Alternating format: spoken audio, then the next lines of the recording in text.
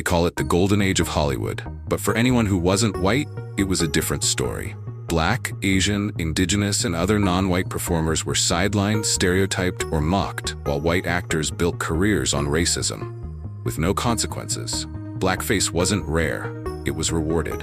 Offensive caricatures weren't accidents, they were box office hits. Meanwhile, openly racist stars were handed Oscars, studio deals, and lasting legacies.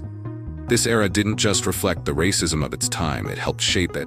Hollywood didn't ignore white supremacy. It packaged it, sold it, and called it entertainment. And history let it stand. Errol Flynn was Hollywood's golden bad boy. Charming, daring, and endlessly marketable. Known for roles in Robin Hood and Captain Blood, he became an icon of adventure and charisma. But behind the scenes, Flynn harbored disturbing beliefs. Multiple biographers and FBI files suggest he openly admired Adolf Hitler and maintained ties with Nazi officials before World War II. A 1980 biography even alleged he spied for the Nazis, feeding them information about anti-fascist figures in Hollywood. While never conclusively proven, the FBI monitored him for his pro-German sympathies. Flynn frequently made racist remarks, mocked civil rights efforts, and used slurs to describe Black and Jewish people. Yet none of this damaged his career. Studios protected him, and his image as a rebellious heartthrob remained intact. He was too profitable to fail. Errol Flynn didn't just flirt with fascism. He embodied it, and Hollywood, blinded by beauty and box office returns, let it slide. John Wayne wasn't just a movie star, he was a symbol of American masculinity, patriotism, and rugged heroism. But behind the cowboy hat was a man who openly endorsed white supremacy. In a 1971 Playboy interview, Wayne declared, "I believe in white supremacy until the blacks are educated to a point of responsibility." He didn't misspeak or apologize. He doubled down, defending colonial violence against Native Americans by saying they were selfishly trying to keep the land. He mocked civil rights protests, opposed women's rights, and portrayed gay characters as perverse. And yet Hollywood never held him accountable. His career thrived. Statues were built. Orange County even named an airport after him. People still call him a man of his time, but even then, his views were extreme. The civil rights movement was in full swing, and Wayne stood firmly against it. He wasn't a passive product of racism, he was one of its loudest champions. Vivien Leigh is celebrated as one of Hollywood's greatest actresses, immortalized by her role as Scarlett O'Hara in Gone with the Wind. Her performance won her an Oscar and cemented her legacy, but it also revealed a darker truth. The film glorified the Confederacy, romanticized slavery, and portrayed Black characters as loyal, simple-minded servants. While some cast members expressed discomfort, Leigh embraced the narrative. According to biographers, she made frequent derogatory comments about Black people during filming and expressed confusion over why race was such a fuss. She was allegedly uneasy around Black extras, especially when they weren't in servant costumes. Leigh's racism was quiet but casual, woven into her everyday behavior and accepted by those around her. Despite this, she was showered with praise and remains a symbol of Southern charm. But the character she played and the views she held reflected not just fiction, but a deeply racist fantasy Hollywood was eager to sell. David O. Selznick is remembered as a legendary producer, best known for Gone with the Wind, a film that won 10 Oscars and became a staple of American cinema. But behind the sweeping romance and grandeur was a deeply racist narrative that glorified slavery and romanticized the Confederacy. Selznick deliberately erased Black suffering, portraying enslaved people as loyal, simple-minded servants, and framed the Old South as noble and dignified. He refused to hire Black consultants, rejected any attempt to show the brutality of slavery, and dismissed civil rights protests as overreactions. On set, he enforced segregation and ensured Black actors were only cast in subservient roles. Even Hattie McDaniel's historic Oscar win was tied to playing a good mammy. Selznick didn't just tell a story, he actively shaped a whitewashed version of American history and packaged it as art. Hollywood rewarded him for it, proving that racism wasn't a blemish, it was part of the blueprint. Bing Crosby was the voice of a generation.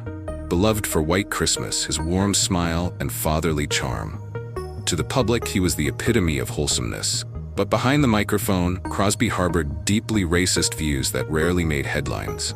According to his son Gary Crosby's memoir, Bing frequently made racist jokes at home targeting Black people, Latinos, and Jews, masking cruelty as humor. This wasn't casual ignorance, it was a consistent pattern that shaped how he raised his children and interacted in private.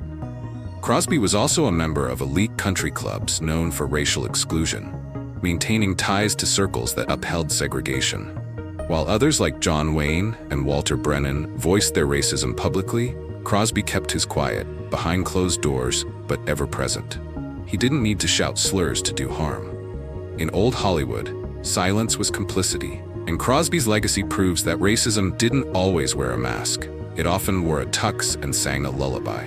Walter Brennan was one of classic Hollywood's most decorated actors, winning 3 Academy Awards and playing lovable old-timers in beloved westerns. But off-screen, he was one of the most openly racist figures in the industry. A proud member of the far-right John Birch Society, Brennan supported segregation, feared a so-called communist black uprising, and viewed civil rights as a threat to American values.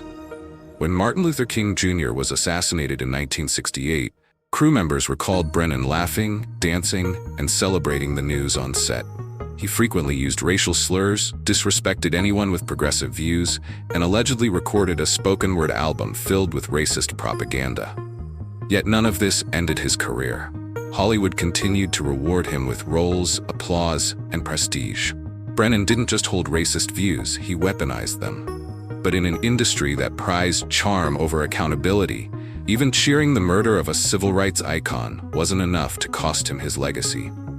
Al Jolson is often credited with ushering in the era of sound film through The Jazz Singer, but his legacy is built on blackface and minstrel shows.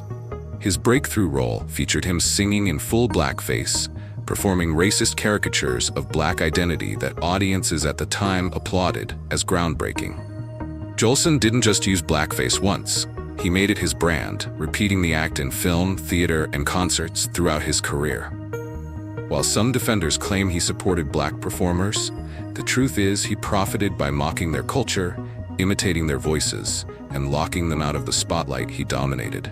Jolson built a career on racial impersonation, all while collecting praise, awards, and a permanent place in Hollywood history.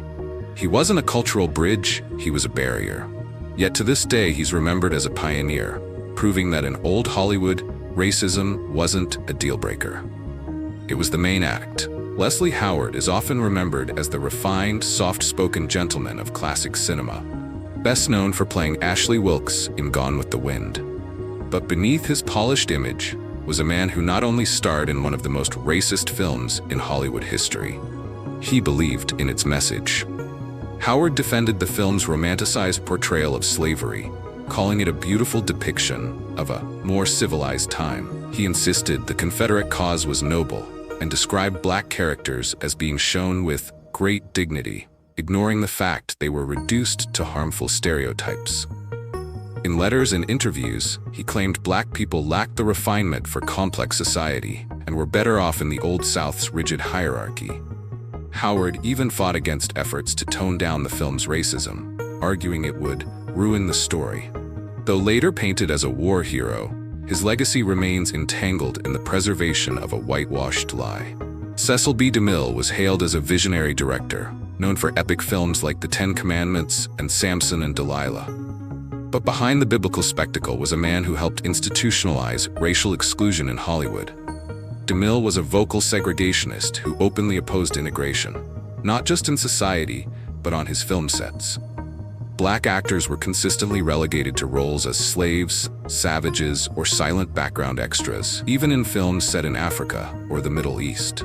He cast white actors in brownface and enforced studio policies that kept casting rooms overwhelmingly white.